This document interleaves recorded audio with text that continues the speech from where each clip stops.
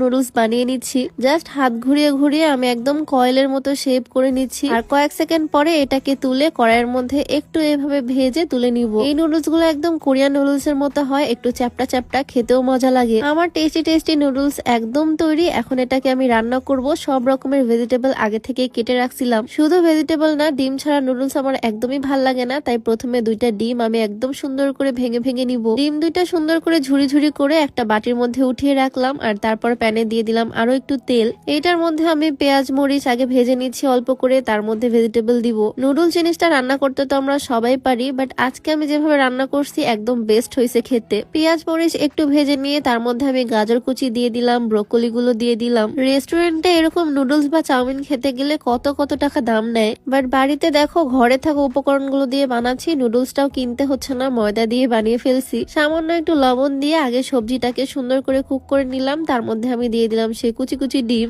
আরো একটু রান্না করে নিয়ে তার মধ্যে আমি দিয়ে দিচ্ছি সেই বানানো নুডলস গুলো। এই নুডলসটা বানাতে কিন্তু আমার বেশিক্ষণ সময় লাগলো না। এখন জাস্ট ভালো করে আমি সবকিছু একসাথে মিক্স করে নিব। তার মধ্যে আমি দিয়ে দিচ্ছি অল্প একটু সস। আমি চিলি সস দিলাম, চাইলে তোমরা টমেটো সস ইউজ করতে পারো, আবার সস ছাড়াও খেতে পারো। ওপর থেকে দিয়ে দিলাম অল্প একটু ধনিয়া পাতা। বাস কমপ্লিট আমার নুডলস। একদম নিজ হাতে নুডলস বানিয়ে রান্না করা পর্যন্ত কমপ্লিট। দেখতে তো মনে হচ্ছে খেতে অনেক টেস্টি হবে, স্মেলও ভীষণ ভালো আসতেছে। এখন দেখা যাক আম্মুকে টেস্ট করানোর পালা, কি বলে খেয়ে। তো আমার হাজবেন্ড এদিকে বসে আছে, ওকে দিলাম এক বাটি। যদিও এই হোমমেড নুডলসটা ওকে আমি মাঝে মাঝে করে খাওয়াই। আর আমার আম্মুকেও দিলাম এক বাটি। আম্মু তো বেশ মজা করে খেলো। আসলে নুডলসটা অনেক বেশি মজার হয়, তোমরা চাইলে বাসায় ট্রাই করে দেখতে পারো। তো আজকের ভিডিওটা এখানেই শেষ করছি। দেখা হয়ে যাবে নতুন কোনো ভিডিওতে। সবাইকে আল্লাহ হাফিজ।